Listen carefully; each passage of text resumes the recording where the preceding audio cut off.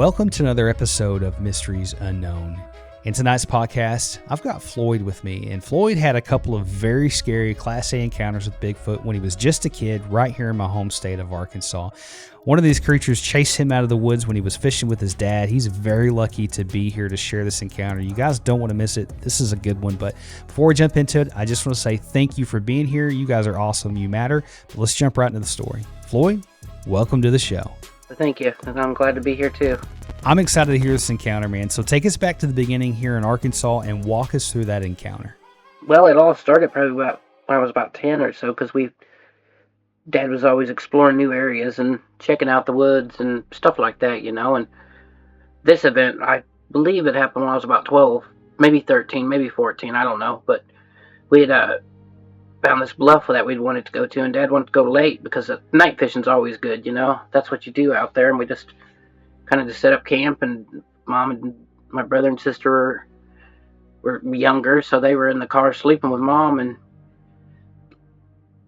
there was like several tree knocks between, like when we got there, and then we started smelling weird like odor smells, and we noticed things like that, and then we even started noticing like our picnic basket had gone missing, and we were like, we had a blanket come up missing, and then we started seeing other things, and we noticed down below the bluff when we were pulling our jug lines up, because we were checking them, because that's what we were doing with jug fishing, if you ever done that.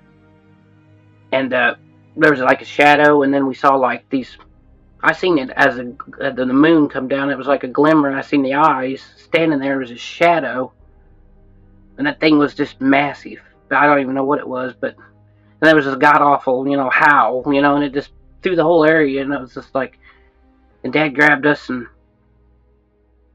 threw us in the car, and I was in the back of the station wagon, and I seen that thing. It stood there, and it was as big as the trees, and just black red eyes, and just hairy, and I don't even know how to describe it. It was just like, still haunts to this day. You still kind of just like, sometimes you dream and you see that thing, But I don't know what it was, but I'm pretty for sure, like you say, Bigfoot, that's, you experience something like that. That's a really scary encounter, Floyd. In my opinion, you're very fortunate to be here to share that with our audience. Why don't you talk us through what happened next after that? After your dad put you guys in the car, what happened then? What did he do?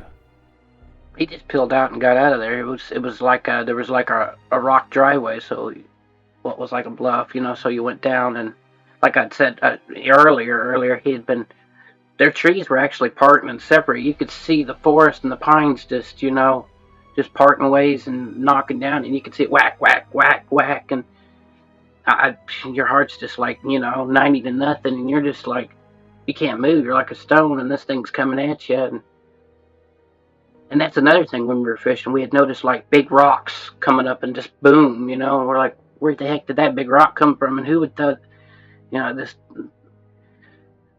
just hair raising. Wow, that's really scary. So when he was leaving there, you actually saw this thing chasing you. You could see the trees parting.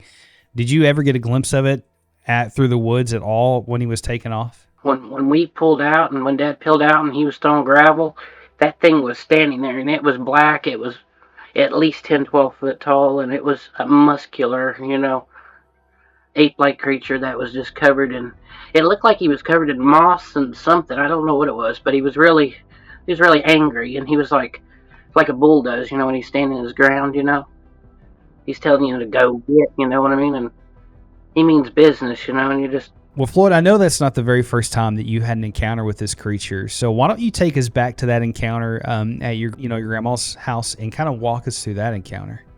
When I was probably 6 or 8, my grandma threw me in the closet and Rogers, and she had something outside scratching and pounding on the apartment. That's the first thing I remember, is waking up and seeing the eyes in the window, and Grandma throwing a blanket on me and throwing me in the closet, and literally it like the house was being knocked over, something was beating on the walls, it was scratching, it was roaring.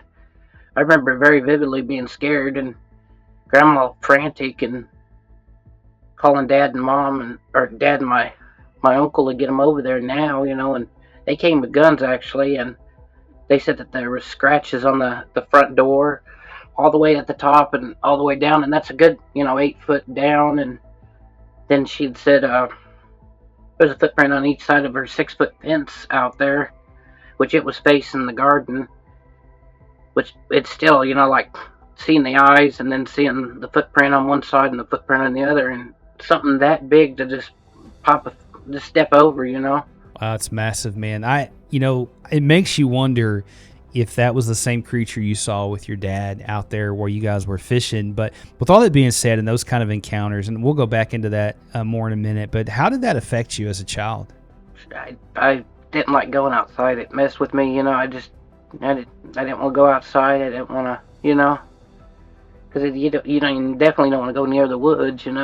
Yeah, it'll definitely change you. And once you understand that these things are real and that they're out there, there's a lot of people I talk to that it kind of takes the enjoyment from the woods away from them, and that's sad because it's a good place to be. That's where I go to pray and all kinds of stuff. But when you said you saw the eyes in the windows at your grandma's house, were they basically the same as what you saw when you were fishing with your dad? And kind of describe those for us. They're red, black, glowing coal, eyes, and it just, I guess, like fire, you could say. Something you just won't, you just can't forget it. It just imprinting. Well, it definitely changes you. It affects every aspect of your life, and it's one of these things that you got in these rabbit holes trying to figure out what this thing is. But did you ever go back to that location where you guys were fishing at? We tried to find it, but we never. It's like it just disappeared. It was there one day, and everybody just laughed at us, and so we just kept it quiet, and and then the locals said, well, you're an idiot, don't go in the woods anyways. We were told you better, and that's how it was. That's unfortunate because I think there's a lot of people like you that have these stories and these things that happen that, we just can't explain, and then they just keep them to themselves. And, the whole reason for this platform was to give people a safe place to share their encounters, because I think there's a lot of things in God's universe we don't understand. And I don't know. I find that very interesting. And, something like that really does affect your whole life because it changes your perspective. But, Floyd, what do you think Bigfoot is, and why do you think it didn't harm you that night? Obviously, it wanted you out of there, but what are your thoughts on that? For one, I think possibly, because I was a child, for one, and then for two, well, you hear the Indian legends about the Bigfoot stealing children, I've researched and read several, encounters about that, but I kind of think they're kind of like protectors or guardians, you know what I mean? Like, they guard, like, sacred grounds and stuff like that for Native American, burial grounds and such.